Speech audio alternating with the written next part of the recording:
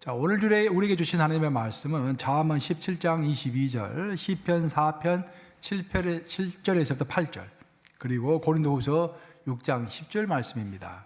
설교 제목은 즐거운 마음의 힘이 되겠습니다.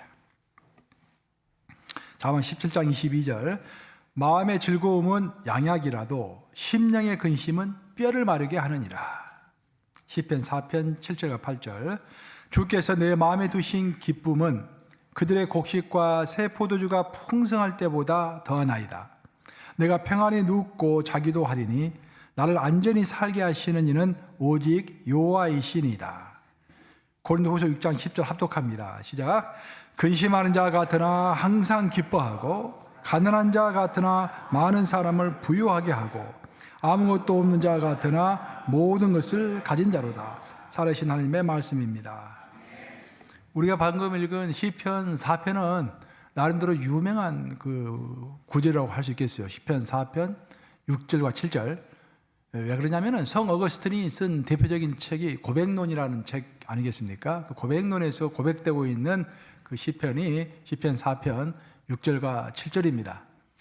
성 어거스틴 하면은 사도 바울 이후에 우리 기독교를 초석에 세운 정말 인물 중에 인물, 우리의 선배 중에서 선배라고 할 수 있겠습니다. 아주 가장 기독교 역사에서 예수님에게 직접 교육을 받았던 사도들을 제외하고 나서 최고의 성자다라고 우리가 할 수 있는 그런 사람이라고 할 수 있겠습니다. 근데 어거스틴이 몸이 좋지 않았어요. 특히 이빨이 좋지 않았습니다. 어거스틴이 이빨이 약해가지고 한 번은 큰 통증을 앓게 되었어요. 이게 치통이라고 그러죠. 그래서 저는 치통을 크게 알아본 적이 없어가지고 잘 모르겠는데 말 들어보니까 치통이 생기면 굉장히 아프다고 그래요. 뭐 오늘날이야 뭐 마취제도 있고 쉽게 치유할 수 있지만 옛날에는 뭐 수백 년 전에는 힘들었겠죠. 치통이 한번 생기면은 얼마나 그 치통이 힘들었는지 그렇게 고백하고 있어요. 어거스틴이 이렇게 기도문을 남겼습니다. 주님, 제가 이와 같은 통증은 어려서부터 지금까지 한 번도 겪어보지 못한 너무도 심한 통증이었습니다. 이렇게 기도문을 남겼어요. 얼마나 통증이 심했던지. 그 통증 가운데 있을 때 이제 성경을 읽을 시간이 돼가지고 어거스틴이 성경책을 딱 폈는데 이제 그날이 시편 바로 4편을 읽을 날이었습니다. 시편 4편을 쭉 읽다가 바로 7절과 8절에 눈길이 딱 머문 거예요. 한번 같이 읽어보겠습니다. 시편 4편 7절과 8절 합독합니다. 시작. 주께서 내 마음에 두신 기쁨은 그들의 곡식과 새 포도주가 풍성할 때보다 더하나이다. 내가 평안히 눕고 자기도 하리니 나를 안전히 살게 하시는 이는 오직 여호와이시니이다. 여러분들은 언제 마음이 풍성하고 언제 또 기쁩니까, 여러분? 여러분 창고가 가득 차고, 그러니까 오늘날로 말 것 같으면 내 은행 창고에 돈이 가득하고 그렇죠? 그리고 새 포도주가 새 곡식이 가득할 때 마음이 풍성합니까, 여러분? 그렇게 고백하고 있죠. 보통 사람들은 두 번째 줄을 보시면은 그들의 곡식과 새 포도주가 풍성할 때 기뻐한다라는 거예요. 그런데 우리 크리스천들은 그것 때문에 기뻐하는 것이 아니라 여호와 하나님 때문에 기뻐한다, 그렇게 고백하고 있습니다. 주께서 내 마음에 두신 기쁨은 사람들이 은행 잔고에 많은 돈을 가지고 있을 때 느끼는 기쁨보다도 훨씬 큽니다 라는 그 구절을 본 거예요. 그래서 깨달음이 커가지고 그 어거스틴이 무릎을 꿇습니다. 하나님 앞에. 하나님, 저는 이제까지 기도하면서 하나님께 기뻐하면서 기도하지 못했습니다. 통증 가운데 있는 것도 하나님의 섭리일 텐데 내가 기뻐하지 못했습니다. 주여, 저는 주님을 기뻐합니다 라고 기도했더니 놀랍게 바로 그때 바로 통증이 없어졌다는 거예요. 그래서 어거스틴이 깜짝 놀래가지고 나중에 그렇게 고백노래다가 적고 있습니다. 주는 저를 주님, 무슨 통증이 그래도 쉽게 가실 수 있는지요? 내 주 나의 하나님이여, 내가 고백하오니 저는 정말 놀랐습니다.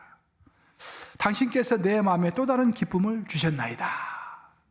그러면서 어거스틴이 하는 소리는 기뻐하는 것이 곧 승리하는 것이다. 예. 기뻐하는 것이 곧 치유하는 것이다.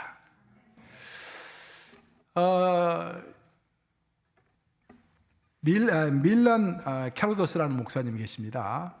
찬양 생활의 권위라는 책을 이제 쓰신 분인데 굉장히 베스트셀러입니다. 오래전에 나온 책인데 그 목사님의 이제 간증을 이제 들은 적이 있어요. 캐로스 목사님은 이제 특별히 한국과 좀 관련이 있는데 미 8군에서 군목으로 이제 한때 목회를 하셨습니다. 그렇기 때문에 한국에도 꽤 오랫동안 계셨죠. 그리고 이제 미국으로 돌아와서 목회를 하는데 시골 지역에서 목회를 하셨어요.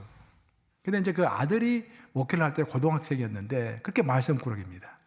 그 아들이 이제 드럭을 하기 시작한 거예요. 드럭을 이제 하기 시작해서 그 동네 야산에다가 아지트를 만들어 놓고 불량한 청년들과 함께 가서 이제 매일 드럭을 하는 거예요. 아버지가 탄려도 보고 기도도 해보고 해도 이렇게 말을 듣질 않습니다. 근데 그 마을이 조그만 마을이기 때문에 이제 온 소문이 퍼져가지고 온 동네 사람들이 알게 된 거야. 이게 목사님의 아들이 그냥 드럭을 한다. 앞장서서 한다. 그래서 목사님이 굉장히 난처한 입장에 처하게 되었고 견디다 못해서 너무 힘들어서 목사님이 어느 날 이렇게 아무도 없는 본당에 들어가지고 하나님 앞에서 무릎 꿇고 기도를 합니다. 하나님, 저는 이제 너무 지쳤습니다. 저는 이제 목회를 그만두고 싶습니다, 아버지. 어찌하여 제가 감당할 수 없는 이런 시련을 제게 주시는 것입니까? 너무 힘듭니다. 라고 이야기하고는 하나님께 한탄한 거죠. 한탄하고서 딱 기도하고 일어섰는데 바로 그때 성령의 음성이 들렸다라는 거예요. 사랑하는 아들아, 너는 항상 기도할 때 너의 어려움과 근심을 가지고 기도할 때 왜 기뻐서 기도하지 못하느냐? 왜 거기까지 가지 못하느냐? 기도가 곧 치유란다. 기도가 곧 승리란다. 그 어거스틴이 했던 이야기죠. 그 이야기를 들은 거예요. 얼마나 목사님 깜짝 놀랐겠어요. 그래서 목사님 너무 놀라셔가지고 일어섰다가 다시 무릎을 꿇고 그 자리에 앉았습니다. 그리고 가만히 생각을 해봤어요. 자기가 목사가 되고 나서 하나님께 많은 기도를 올렸는데 올릴 때마다 주로 이제 근심이 많고 어려운 일이 있을 때마다 더 열렬히 기도를 했죠. 근데 단 한 번도 기뻐하면서 기도한 적이 없었다는 거예요. 항상 칭칭거리면서 하나님 이거 해주세요, 저거 해주세요, 나 힘들어요. 그런 기도만 했지 하나님을 기뻐합니다. 나에게 주신 모든 것을 기뻐합니다. 그런 고백을 해본 적이 없었다라는 거예요. 돌아서 생각해 보니까. 그래서 내가 이제까지 잘못 기도했구나라고 느끼고 있는데 그때 바로 전화 한 통화가 울렸습니다. 전화를 받아봤더니 아들이 지금 병원 응급실에서 있기 때문에 위급한 상태에 있기 때문에 보호자 되시는 목사님이 빨리 오시라고 병원에서 연락이 온 거예요. 그래서 목사님 급히 이제 차를 타고 병원에 갔더니 아들이 누워 있습니다. 그러니까 아들에게 물어봤어요. 어찌된 일이냐라고 했더니 아들이 그날로 이제 드럭을 하려고 친구들하고 드럭을 하려고 운전면허증도 없으면서 차를 운전해가지고 이제 야산으로 가고 있었는데 갑자기 가슴이만 찢어지는 듯한 그 통증을 느끼고 막 정신이 산란해가지고 그 아이가 너무 이제 놀래가지고 자기도 모르게 하나님 살려주세요라고 외쳤는데 그 다음부터는 의식을 잃어버린 거예요. 그리고 눈을 떠봤더니 병원 응급실에 있는 것입니다. 그래서 목사님이 좀 뭔가 잡히는 것이 있어가지고 아들에게 물어봤어요. 아들아, 너가 기도했던 때가 대략 몇 시 정도 됐느냐? 라고 물어봤더니 바로 그 시간이 목사님에게 성령께서 너는 왜 기뻐하지 못하느냐? 너는 왜 기쁨이 치유이고 기쁨이 승리인 것을 알지 못하느냐? 그 말씀을 했던 바로 그때라는 거야. 그리고 그 아들이 치유가 되고 드럭을 끊고 새 사람이 되고 하는 그런 과정을 겪으면서 목사님이 큰 교훈을 얻게 되는 거예요. 기뻐하는 것이 치유입니다. 따라서 해보실까요? 기뻐하는 것이 치유이다. 여러분 몸에 병이 있고 마음에 근심이 있으면 먼저 기뻐하셔야 돼요. 왜? 기쁨이 치유제입니다. 그리고 기쁨과 찬양의 관계. 목사님께 두 가지 테마를 잡은 거예요. 기쁨과 치유, 기쁨과 찬양. 이 두 가지 테마를 잡고서 세계적으로 강연을 하는 그런 목사님 되셔가지고 책도 여러 권 쓰시고 유명해지신 그런 목사님이 된 것입니다. 어떤 사람과 어떤 공동체는 자기 스스로를 잘 알지 못합니다. 여러분 자신을 잘 알 것 같아도요, 여러분을 가장 잘 아는 사람은 여러분 주변에서 여러분을 지켜보는 사람이 여러분보다도 여러분을 더 잘 아는 거예요. 아멘 하십니까? 물론 하나님이 우리를 잘 아시지만 나는 신앙생활 이 정도면 잘하고 있는 것 같아. 근데 옆에 사람들이 다 뭐라고 저 사람 문제가 있다라고 옆에서 수근수근 거리면은 뭔가 문제가 있어요, 자기가. 그처럼 자기 어떤 사람이든지 어떤 공동체든지 바깥에서 보는 그 관점이 더 정확할 수가 있습니다. 제가 이런 이야기를 들은 이유는 영국의 이제 유명한 경제 잡지 이코노미스트지 그러니까 이코노미스트 하면은 포춘지하고 좀 수준이 다르죠. 미국의 대표적인 경제 잡지는 포춘, 그리고 영국의 대표적인 경제 잡지는 이코노미스트. 근데 포춘지는 좀 수준이 좀 낮죠. 이코노미스트는 굉장히 좀 수준이 높고. 그 잡지에 한국 특파원을 지냈던 데니엘 투더라는 사람이 있습니다. 그 데니엘 투더가 이제 2002년에 한국에서 월드컵이 열릴 때부터 이제 한국에 대한 관심을 가지고 쭉 한국을 지켜보고 또 나중에는 특파원으로 와가지고 한국에서 살면서 한국 사회를 유심하게 관찰한 거예요. 처음에는 한국 사회가 그렇게 매력적이더래요. 너무 활동력이 대단하고 막 올림픽 할 때 보면은 온 국민이 하나가 돼가지고 막 붉은 옷을 입고 응원을 하고 놀랬다라는 거예요. 이런 나라가 있을까? 난 이런 나라에서 살고 싶다라고 생각했다라는 거예요. 근데 올해 한 10여 년 지나 보니까 제대로 한국이 잡히는데 그 사람이 그래서 자기가 평가하는 한국에 대해서 책을 썼는데 그 책 제목이 뭐냐? 기적을 이룬 나라, 기쁨을 이룬 나라. 기적은 이루었는데 기쁨은 잃어버렸다라는 거예요. 대단한 말입니다. 한국은 기적을 얻은 대신에 기쁨을 잃었습니다. 자, 그러면 이것은 성공일까요? 실패일까요? 자, 우리의 삶에도 한번 적용을 해보면은 나는 내 창고가 가득 차고 있어. 좋은 것이 많이 있어. 은행 잔고도 많아. 몸도 건강해. 다 잘 되는 것 같아. 근데 딱 하나, 기쁨이 없어. 그럼 이 인생은 성공한 인생이라고 우리가 평가를 해야 할까요? 아니면 실패한 인생으로 평가를 해야 할까요? 그에 대해서 성경은 아주 명확하게 이야기합니다. 잠언 17장 1절 이렇게 되어 있습니다. 한번 같이 읽어보겠습니다. 시작. 많은 떡 한 조각만 있고도 화목하는 것이 제육의 집에 가득하고도 다투는 것보다 나으니라. 한국은 경제적으로 기적을 이루어가지고 제육이 풍성한 그런 나라가 되었습니다. 즉, 잘 사는 나라가 됐다 그런 말입니다. 그런데 반면에 심적으로는 너무도 빈곤한 상태에 있는 것입니다. 기쁨을 잃어버린 나라가 되었다라는 것입니다. 그래서 자살률이 전 세계에서 1등이죠. 한국의 자살률 전 세계에서 1등입니다. 그리고 행복지수가 OECD 국가 중에서 거의 꼴찌입니다. 사실 이것은 비단 한국에만 적용되는 문제가 아니라 나는 미국에도 적용될 수 있고요. 더 나아가서는 우리 각자의 개인의 삶에도 그대로 적용이 될 수 있다고 저는 생각을 합니다. 육적으로는 성공한 것 같은데, 물질적으로는 풍족한 것 같은데, 심적으로, 더 나아가서 영적으로 뭐가 문제가 있다라고 한다면 그 인생은 성경이 봤을 때는 실패한 것입니다. 육적으로 99%를 성장했다고 할지라도 내 마음에 기쁨이 없고 내 영혼에 기쁨이 없다고 한다면 그 1% 때문에 실패한 인생이라고 성경은 명확하게 이야기하고 있는 것입니다. 성경에 따르면 근심과 즐거움은 따로 멀리 떨어져 있는 것이 아닙니다. 근심과 즐거움은 동전의 양면처럼 바로 붙어 있는 것이 근심이고 기쁨입니다. 그것이 성경의 설명입니다.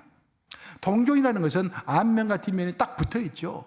그래서 쉽게 우리가 앞면을 뒷면으로 바꿀 수도 있고 뒷면을 앞면으로 바꿀 수도 있는 거예요. 그것처럼 근심과 기쁨은 붙어 있는 것입니다. 그래서 그 말은 무슨 말이냐면 우리의 삶 가운데 근심과 기쁨은 하나님과 사탄처럼 항상 우리 옆에 있는 거예요. 그래서 내가 기쁨을 선택할 수도 있고 근심을 선택할 수도 있고 순간순간 나는 선택을 해 나가는 것입니다. 그래서 다른 말로 하면은 내가 지금 근심하고 있다고 할지라도 내 마음만 바꾸면 나는 금방 기뻐할 수도 있고요. 내가 지금 굉장히 기쁜 상태에 있음에도 불구하고 내 마음이 바뀌면은 금방 그 기쁨이 근심으로도 바뀔 수 있다는 거예요.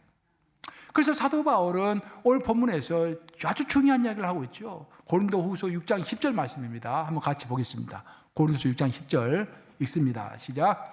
근심하는 자 같으나 항상 기뻐하고 가난한 자 같으나 많은 사람을 부유하게 하고 아무것도 없는 자 같으나 모든 것을 가진 자로다. 누구를 이야기하는 겁니까? 바로 여러분을 이야기하는 거예요. 우리 믿는 자들은 근심이 많습니다. 우리 믿는 자라고 해가지고 근심이 없을 수가 없어요. 우리 모두 근심이 있습니다. 그런데 근심 가운데 기쁨을 가지고 있는 자가 우리 크리스찬이다 그런 말이에요. 우리 가운데 다 부자만 있을 수가 없습니다. 하지만 저는 우리 성도들이 다 부자가 되기를 기도하고 있습니다. 부자 되시길 바랍니다. 하나님의 나라를 위하여. 하지만 우리 가운데 가난한 자도 있을 수 있다 그런 말이에요. 가난과 부자는 항상 함께 있는 것입니다. 마찬가지로 우리는 한편으로 보면은 아무것도 없는 것처럼 보여. 우리가 대통령을 해본 것도 아니고, 유명한 경제인이 된 것도 아니고, 유명한 학자가 된 것도 아니고, 그렇습니다. 하지만 따지고 보면은 하늘나라를 이미 소유한 자이기 때문에 중요한 모든 것을 이미 다 가지고 있는 자라 이 말이죠. 사도 바울이 강조해서 이야기하고 있는 것은 근심과 기쁨은 멀리 떨어져 있는 것이 아니고, 둘 중에 하나만 선택할 수 있는 것이 아니고, 우리가 죽는 그날까지 근심과 기쁨은 함께 가는 것이다. 그리고 우리 크리스천들이 해야 할 것은 항상 하나님의 능력에 힘입어서 기쁨을 선택해야 할 줄로 믿습니다. 그것을 사도 바울이 이야기하는 것입니다. 그러면 왜 우리가 기쁨을 선택해야 하는가? 이제 그것이 문제이겠죠. 왜 우리가 기쁨을 선택해야 하는가? 왜 우리는 근심을 기쁨으로 바꾸지 못하는가? 중요한 것은 근심은 우리를 떠날 수가 없는데, 우리의 삶에 항상 근심은 찾아오기 마련인데, 하나님은 여러 가지 이야기를 통해서, 성경의 이야기를 통해서 근심을 기쁨으로 바꾸라라고 이야기하고 있습니다. 문제는 근심이 있다는 것이 문제가 아니라 근심이 찾아오는데 어떡하겠습니까? 근심이 찾아오는 것은 죄가 아닌 거예요. 제가 창세기 강의할 때 그런 이야기 했죠. 눈으로 보이는 것은 죄가 아닙니다. 하지만 계속 나쁜 것을 보고 있는 것이 죄인 것입니다. 다윗이 궁궐 옥상을 거니다가 밧세바가 목욕하는 것을 봤어요. 그 보이는 것은 어떡합니까? 그 죄가 아닌 거예요. 근데 그걸 봤으면은 금방 눈을 돌려야죠. 근데 그래서 계속해서 눈 동그랗게 뜨고, 그래서 관찰했죠, 관찰. 자세하게. 그게 죄인 거예요, 그게. 마찬가지로 근심이 찾아오는 것을 우리가 막을 수가 없습니다. 자연의 법칙으로 근심은 찾아오는 것입니다. 왜? 아담과 하와가 죄를 범했기 때문에 우리가 살고 있는 이 땅은 이미 저주를 받아서 땀을 흘려야만이 곡식이 나오는 그런 땅입니다. 그 때문에 우리가 근심이 없을 수가 없어요. 하지만 그 근심을 계속 잡고 있으면 그것이 죄인 거예요. 죄가 아니라 그것이 잘못된 것입니다. 근심은 빨리 기쁨으로 바꿔야 합니다. 그럼 왜 우리가 문제는 그거예요. 오늘 본문의 오늘 결론인데, 왜 우리는 근심을 기쁨으로 바꾸지 못하는가? 왜 근심을 계속 꼭 붙잡고 있는 것인가? 그 이유는 딱 하나, 성경을 종합해 보면은 그 이유는 하나님의 섭리를 100% 신뢰하지 못하기 때문입니다. 한번 따라서 해볼까요? 하나님의 섭리를 신뢰해야 한다. 이것이 답입니다, 여러분. 하나님의 섭리를 신뢰해야 합니다. 제가 일전에 여러분들에게 강조해서 말씀드렸는데, 하나님이 우리에게 인지하시는 방법은 세 가지입니다. 성경에 따르면 첫째는 자연 법칙으로 임하시고, 둘째는 기적으로 임하시고, 셋째는 섭리로 임하시는 거예요. 하나님은 이 우주를 창조할 때부터 질서의 하나님, 질서로 창조하셨습니다. 봄이 가면 여름이 오고, 여름이 가면 가을이 오고, 가을이 가면 겨울이 오는 것, 자연의 질서입니다. 인과관계라고 하죠. 원인과 결과가, 원인이 있으면 결과가 벌어지는 것, 즉 우리가 예측할 수 있고 기대할 수 있는 것입니다. 이 보편적인 세상이 돌아가는 방식입니다. 하지만 하나님은 기적의 방법을 사용하십니다. 그 기적은요, 그 인과관계, 즉 그 일상의 삶 가운데서 벌어지고 있는 자연 법칙을 깨고서 벌어지는 것이 기적이라고 합니다.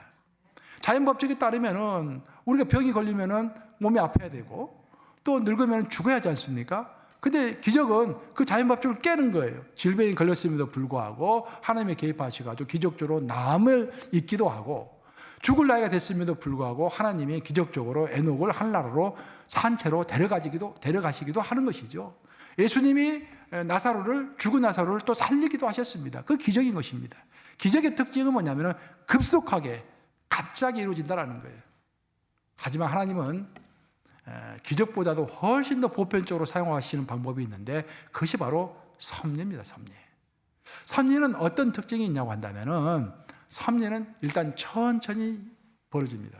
기적처럼 갑자기 벌어지는 것이 아니에요. 오랜 시간을 두어서 하나님의 뜻대로 천천히 일이 진행이 돼가는 거예요. 하지만 하나님이 이 일을 진행시키실 때 우리가 하나님의 방법을 예측할 수 없도록 하십니다.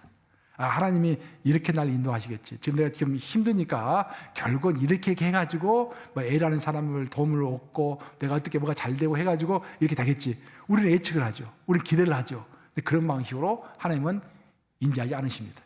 우리의 예측을 뛰어넘으십니다.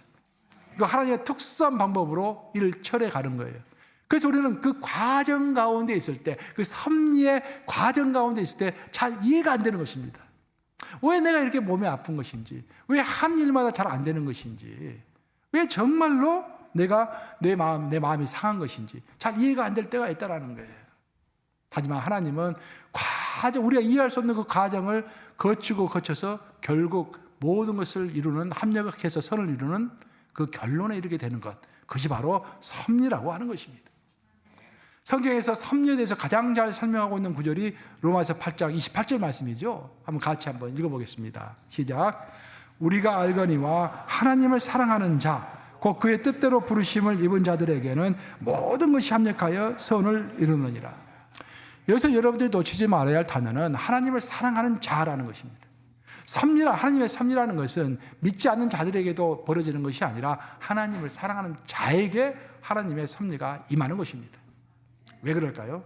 모든 믿는 자에게는 그 안에 성령이 계시기 때문에, 우리 안에 내주하시는 성령께서 그 성령의 뜻대로, 아버지의 뜻대로 우리를 이끌어가는 것입니다. 그런데 중요한 것은 우리는 그 과정을 알 수가 없는 거예요. 그 과정을 이해할 수 없는 거예요. 나라면 이런 방법을 선택하겠는데 항상 하나님은 내가 생각하는 방식으로 하지 않으시고 하나님이 원하시는 방식대로 절대 주권을 가지고 행하시는 거예요. 하지만 결론은 똑같다라는 거예요. 과정은 이해할 수 없지만 결론은 똑같다라는 거예요. 결론은 뭐냐? 결국 모든 것이 합력하여 하나님의 뜻대로 선을 이루어 주신다라는 것입니다. 그래서 우리에게 정말 필요한 것은 뭐냐면은 과정을 보면서 우리가 일희일비할 것이 아니라, 과정이 어떻게 지금 진행이 되고 있다고 할지라도 결국은 하나님이 나에게 선을 가져다 주실 것이다 라고 믿는, 그 결과를 믿는 믿음이 필요할 줄로 믿습니다. 그래서 하나님의 섭리를 신뢰하는 거예요. 하나님의 섭리를 신뢰해야만이 우리가 즐겁고 감사할 수 있는 거예요. 그렇죠?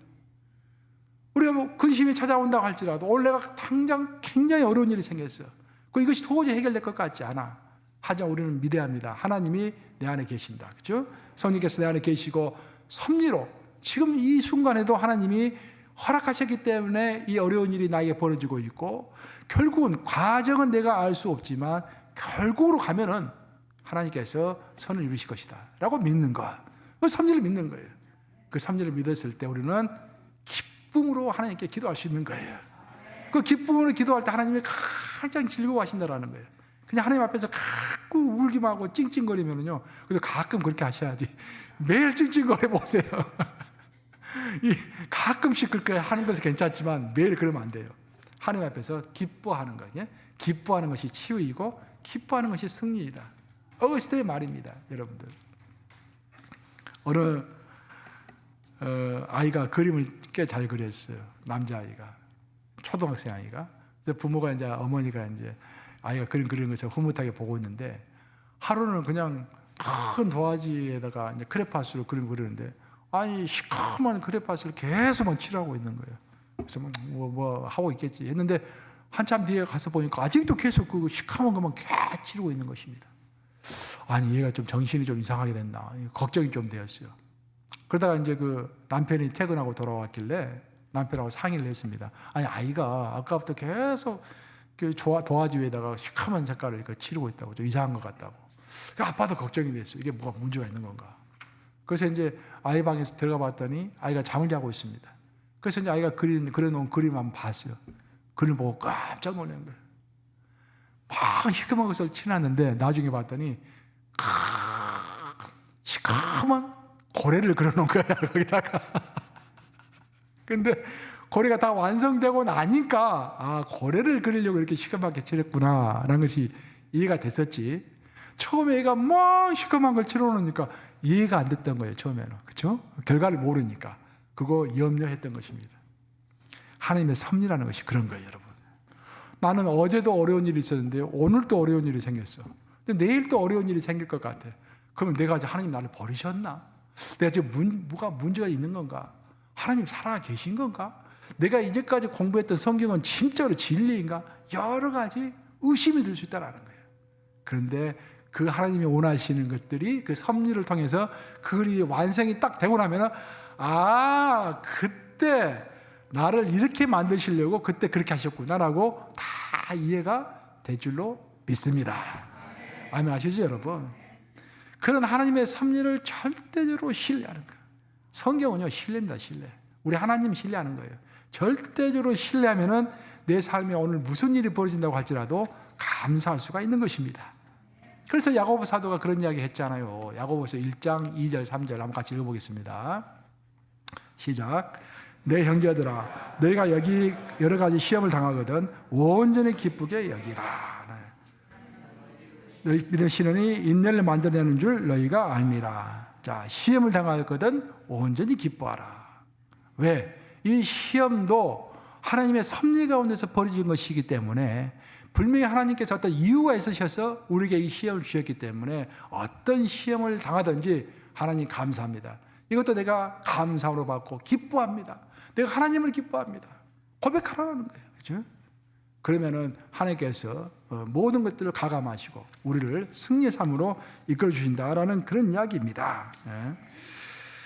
결국 이제 하나님은 우리가 시련을 당할 때도 기뻐할 수 있는 믿음의 소유자로 훈련을 시키십니다. 이렇게 성경을 보면은 하나님은 결국 우리를 훈련시키시는 하나님이십니다. 지금 사순절 40일 특별 새벽 기도에 이제 매일 창세기 강의가 지금 이루어지고 있는데 창세기를 한마디로 요약하면은요, 훈련하는 하나님이십니다. 아브라함을 훈련하시고 이삭을 훈련하시고 야곱을 훈련하시고 요셉을 훈련하시는 거예요. 제가 이제 읽었던 책 중에서 평생에 읽었던 책 중에서 가장 흥미롭게 읽었던 책 중에 하나가 영적 지도자 만들기라는 책입니다. 로버트 클링턴이 준 책이에요. 로버트 클링턴은 플러 신학교 교수를 하다가 지금 은퇴를 했죠. 그 사람의 박사학위 논문이에요. 이 박사학위 논문이 좀 흥미로워가지고 책으로 펴냈는데 대박이 났습니다. 그래서 저도 우리 교회에 5권 구입해가지고 밑에 있을 거예요. 우리 저기 친교실에 우리 교회 도서관에 그 책이 있어요. 여러분들 빌려서 한번 집에서 읽어보세요. 영적 지도자 만들기라는 책은 어떤 내용이냐면은 하나님은 애외 오신 모든 사람을 훈련시키신다라는 거예요. 그리고 그 훈련을 5단계로 나누어서 훈련을 시키시는데 놀랍게도 모든 크리스찬들의 90% 이상은 평생 죽을 때까지 1단계도 통과하지 못한 상태에서 죽는다라는 것입니다. 1단계를 통과한 사람이 거의 없다라는 거예요. 그 1단계가 뭔지 아세요, 여러분들? 성실성의 검증입니다. 인티그리티. 자기가 한 번 입을 뱉었으면은 끝까지 책임지는 거, 그렇죠? 자기가 한 번 직분을 맡았으면은 그 직분에 대해서 책임을 지는 거예요. 한 번 교회를 맡았으면은 그 교회에 대해서 하나님께서 말씀하실 때까지 책임을 지는 거. 자기가 말과 행동이 일치하는 것. 그것을 인티그리티라고 그러죠. 성실이라고 합니다. 그 성실성의 검증을 통과하는 사람이 많지 않다라는, 거의 없다라는 거예요. 그러면서 이제 그에 대한 실제 예시를 성경에 있는 인물들과 기독교 역사에 나오는 인물들을 이렇게 이제 다 들어가지고 예시를 하고 있는데 굉장히 재밌습니다. 저는 그 책을 청년 때 읽고 나서요, 몇 번을 읽었어요. 새까맣게 여기다 기록을 하고 내 삶과 비교해보고. 결국 내가 이런 이야기를 들은 이유는 뭐냐면은 하나님은 우리를 훈련시키시는 하나님이세요. 하나님은 요셉도 훈련시키셨고 다윗도 훈련을 시켰습니다. 근데 다윗을 훈련시킨 거 보면 참 흥미로워요. 다윗은 나이 30에 이스라엘의 왕이 됐습니다. 그리고 40년을 통치했죠. 하지만 다윗이 40년을 통치했을 때 12지파 전체를 통치한 것은 아닙니다. 처음 7년 6개월 동안은 자기 지파인 유다 지파만 한 지파만 7년 반 동안 통치를 하고 그 다음 33년은 12지파 전체를 통치한 것입니다. 왜 그랬을까? 하나님은 고의로 그렇게 하신 것입니다. 여러분들이 구약을 내용을 좀 깊이 있게 제대로 이해하려면 구약에서 중요한 것은요, 각 사람의 이름과 지명의 뜻이 굉장히 중요합니다. 구약에 나와 있는 모든 이름과 지명은 다 뜻이 있습니다. 예를 들어서 다윗은 7년 반 동안 유다 지파를 다스릴 때 헤브론에서 통치를 했습니다. 헤브론의 뜻이 뭡니까? 교제의 자리다라는 뜻이에요. 그 뜻 자체가. 그리고 그 교제 자리 7년 반이 다 지나갔을 때야 이제 33년 동안 12지파를 통치했는데 12지파는 예루살렘에서 통치를 했습니다. 그럼 예루살렘의 뜻이 뭘까요? 샬렘 뭡니까? 샬롬은 peace, 평화라는 거지, 평화. 에루 하면은 터전이라는 뜻이죠. 평화의 터전에서 43년간 형통하게 통치를 할 수 있었습니다. 그러면은 33년간 예루살렘에서 평화의 터전을 가질 수 있었던 원인은 7년 반 동안 헤브론, 하나님과의 교제의 시기가 있었기 때문에, 그 훈련의 시기가 있었기 때문에 그 훈련의 결과로서 넘어질 듯 하면서도 결코 넘어지지 않았던 33년의 평화의 터전의 기간이 있었던 것입니다. 여러분의 인생도 똑같습니다, 여러분. 여러분의 7년 반 동안 훈련받는 기간이 필요한 것입니다. 그것을 통과해야만이 죽을 때까지 아브라함처럼 형통한 삶을 살 수가 있을 것입니다. 그럼 하나님께서 우리를 교제 자리에서 훈련시키시는 내용이 무엇인가? 아주 명확합니다. 우리가 아브라함의 경우를 보고 이삭의 경우를 보고 야곱, 요셉, 다니엘 다 봐도요, 하나님은 한 가지 훈련을 처음부터 끝까지 계속 시키십니다. 그것은 절대적으로 하나님을 신뢰하는 것입니다. 다른 말로 하면 하나님의 섭리를 신뢰하는 훈련을 끝까지 시키는 거예요. 어떤 사람은 오늘은 할렐루야 하면서 큰 소리로 찬양했다가 내일 되면은 또 의심하는 사람이 있습니다. 픽 돌아서는 사람이 있어요. 오늘 내 몸까지 다, 내 집까지 몸까지 다 드릴 것처럼 헌신한다고 큰 소리 치다가도 내일은 교회를 떠나가는 성도가 있는 거예요. 그 다음날에 그냥 뚝 떠나가는 성도가 있는 거예요. 그 믿음이 아닙니다. 그건 죽으나 사나, 그렇죠? 하나님 절대적으로 신뢰하는 거, 하나님의 섭리를 절대적으로 신뢰하는 거. 하나님은 다윗에게 그런 훈련을 시키실 것입니다. 그 훈련의 기반을 가지고 나라를 통치했을 때 43년간 결코 무너지지 아니하는 평화의 터전의 나라를 만들 수가 있었던 것입니다. 다윗은 그 모든 것을 경험하고 나서 자기의 인생을 시편으로 고백을 했는데, 그 시편 내용이 바로 16편 8절과 9절입니다. 시편 16편 8절과 9절 한번 같이 읽어보겠습니다. 시작. 내가 여호와를 항상 내 앞에 모시며 그가 나의 오른쪽에 계심으로 내가 흔들리지 아니하리로다. 이러므로 나의 마음이 기쁘고 나의 영도 즐거워하며 내 육체도 안전히 살리니. 이건 놀라운 고백입니다. 지금 다윗은 영혼 육을 들어서 자기의 인생을 고백하고 있습니다. 자기는 자기의 영이, 자기의 마음이 첫째 기쁘다라고 이야기하고 있죠. 자기의 내 혼이 기쁘다, 내 마음이 기쁘다라고 이야기하고 있고, 그 다음에 내 영이 즐겁다라고 이야기하고 있어요. 그래서 내 마음이 기쁘고 내 영이 즐거웠더니 그 결과로서 내 육체가 형통함을 누리고 건강함을 누리고 있다라고 고백하고 있는 것입니다. 이로써 모든 것이 해결되는 것입니다. 우리의 마음이 기쁘고 우리의 영이 기쁘면 우리의 육체가 안전하고 건강하고 온전한 것입니다. 영혼육 전체가 조화를 이루게 되는 것입니다. 결국 다시 고백했던 기쁨, 다시 고백했던 건강, 그 모든 것의 원인은 무엇입니까? 한 가지, 하나님을 신뢰한 것입니다. 다른 말로 하면 하나님의 섭리를 신뢰한 거예요. 내 삶에서 어떤 일이 벌어진다 할지라도 이것 또한 하나님이 허락하셨고, 하나님은 나를 사랑하고 계시고 내 유익을 위해서 이 고통 또한 나에게 주셨다. 그러니 야고보 사도가 1장 2절과 3절에서 이야기한 것처럼 나는 기뻐한다. 시련이 오거들랑 이상한 일 당한 것처럼 여기지 아니하고 이 시련 또한 기뻐한다 라는 그런 고백을 다윗은 했던 것입니다. 이제 말씀 마무리합니다. 제가 평상시 존경하는 목사님이 계시는데, 그 목사님과 이제 식사를 한번 하게 됐는데, 목사님이 자기 인생을 이야기해 주시면서 이런 이야기를 이야기해 주셨어요. 잠언 17장 22절 말씀을 이렇게 들려주셨어요. 참 인상이 깊었는데 한번 같이 읽어보겠습니다. 잠언 17장 22절 시작. 마음의 즐거움은 양약이라도 심령의 근심은 뼈를 마르게 하느니라. 야, 근심은 뼈를 마르게 해서 우리의 건강을 해칩니다. 그런데 마음의 즐거움은 보약과도 같아서 우리의 건강을 지켜준다라는 그런 말입니다. 예? 운동하는 것도 중요하지만 운동하는 것보다 더 중요한 것은 마음에 근심이 없는 것이 훨씬 중요할 줄로 믿습니다. 그 선배 목사님은 어렸을 때 머리를 크게 다치셨대요. 아주.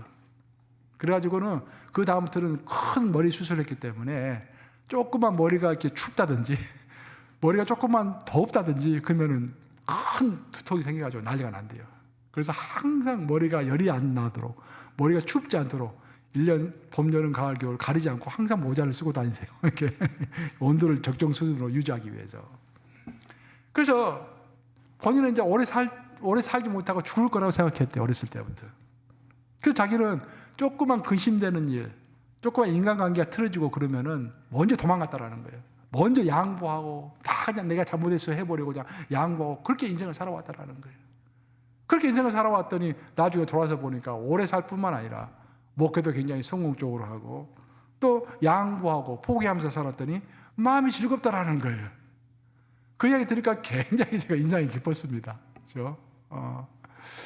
사실 여러분들 그거 아세요? 교회사를 공부해 보면은요, 유명한 큰 인물들 있지 않습니까? 하나님이 거의 하나같이 예외 없이 큰 병을 주셨습니다. 아까 어거스틴은 제가 이빨이 안 좋았다고 그렇게 이야기했잖아요. 근데 우리 개신교의 효시가 누굽니까? 개신교의 아버지가 마틴 루터죠. 마틴 루터 여러분들 그 초상화를 보세요. 마틴 루터가 초상화를 많이 남겼는데 마틴 루터 초상화를 보면은요, 웃고 찍은 게 하나도 없습니다. 전부 인상을 찡그리고 있는데 심하게 인상을 찡그리고 있어요, 전부 다. 그래서 그걸 보면서 종교개혁을 하느라고 힘들었는가 보다라는 그렇게 생각했거든요. 근데 책을 읽어봤더니 그게 아니야. 마틴 루터는 아주 심한 변비를 앓았대요. 변비가 너무 심한 변비가 있어가지고 평생 고생을 했다라는 거예요. 그래서 그 초상화를 그릴 때도 인상을 칵 찌그러고 있는 거예요. 변비 때문에 힘들어가지고.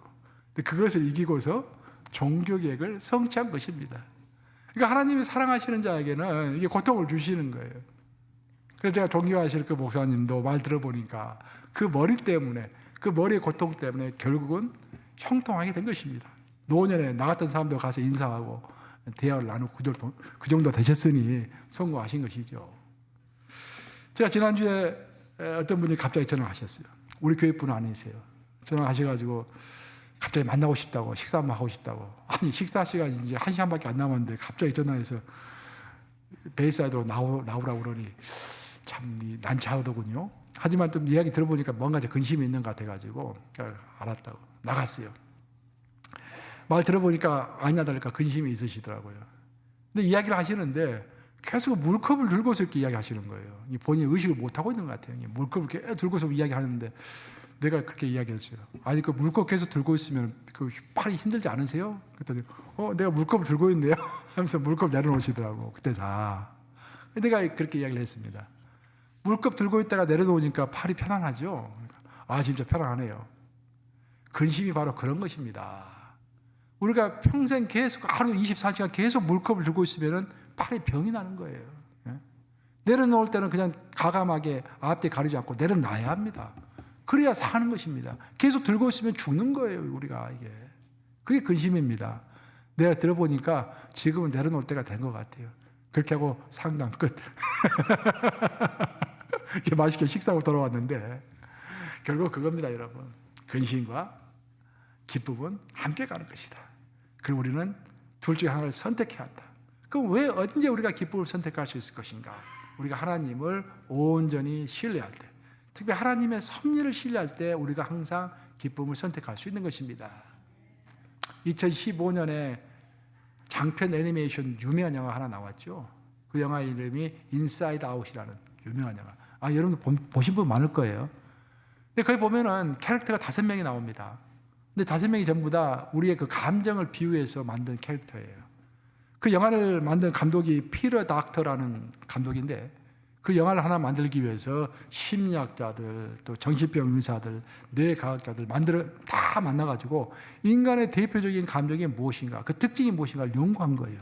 그래서 그것을 영화로 녹여낸 것입니다. 그래서 그 영화가 유명해진 거예요. 인사이드 아웃.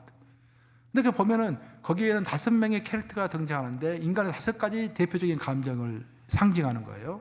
첫 번째는 기쁨입니다. joy. 두 번째는 슬픔입니다. sadness. 세 번째는 버럭. 뭡니까? anger. 네 번째는 까칠한 거. disgust. 까칠한 거. 그 5번째가 fear. 소심하고 두려워하는 거. 인간은 대표적으로 5가지 감정이 있다는 거예요. 근데 문제는 뭐냐면은 이 5가지 감정 중에서 대표 주인공 감정이 뭐겠습니까? 기쁨이다라는 기쁨.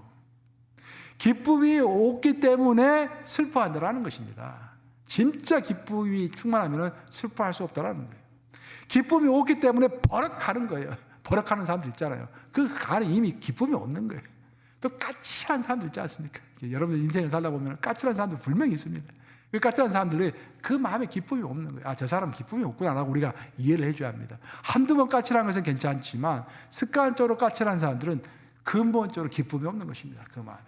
그 기쁨이 없기 때문에 또한 우리가 두려워하는 것입니다.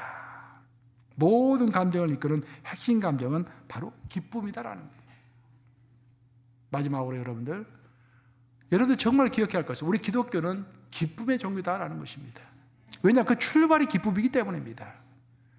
천사들이 목자들에게 나타나가지고 예수의 탄생을 예언하면서 뭐라고 그랬습니까? 큰 기쁨의 좋은 소식을 너에게 알리노라. 큰 기쁨의 좋은 소식. 즉 복음입니다. 예수께서 이 땅에 태어나셨다. 우리 죄를 없애기 위하여 이 땅에 태어나셨다. 그렇죠? 큰 기쁨의 좋은 소식을 가지고 출발한 것이 우리의 기독교입니다. 그리고 우리가 또한 기뻐하는 이유는 하나님이 우리와 지금 함께 하시기 때문입니다. 임마누엘 하나님. 그리고 우리 기독교는 두 가지를 가지고 있는 거예요. 잘 기억하세요. 하나는 큰 기쁨의 좋은 소식인 복음을 들고 있는 것이고, 또 한 손에는 하나님의 섭리로 이끌어 가시는, 우리와 함께 하시는 임마누엘 하나님을 한 손에 쥐고 있는 거예요. 우리가 이 두 가지가 우리에게 항상 있는 한, 이 두 가지를 항상 우리가 확인하는 한 우리 마음에 기쁨이 없을 수가 없는 것입니다. 그리고 그 기쁨 때문에 우리에게 건강이 오는 것이고, 그 기쁨 때문에 승리하는 것입니다. 어거스틴이 이야기했던 것처럼 기쁨이 치유이고 기쁨이 승리일 줄로 믿습니다. 기도하시겠습니다. 좋으신 아버지, 우리가 주님 앞에 기도할 때 기쁨으로 기도했던 적이 언제였던가요? 40년 기간, 물론 슬픈 기간이지만 근본적으로 기쁨을 가지고 주 앞에 기도하고 있습니까? 우리를 돌아봅니다, 아버지. 우리가 인생을 살아가면서 내 건강 때문에, 내 비즈니스 때문에, 인간관계 때문에, 자식의 문제 때문에 슬퍼할 때가 많이 있었습니다. 하지만 내 앞에 나올 때 기쁨으로 나오라라는 말씀을 기억하지 못했습니다. 우리를 용서하시고 저와 우리 성도들 지금부터라도 주 앞에 기도할 때는 그 어떤 어려움이 온다고 할지라도 하나님의 섭리 가운데 우리가 있는 것을 기억하면서 기뻐 받아들이고, 야고보 사도가 이야기한 것처럼 기쁘게 온전히 받아들이며 하나님께 기도하는 저희들 될 수 있도록 이끌어 주시옵소서. 예수 그리스도를 받들어 기도합니다. 아멘.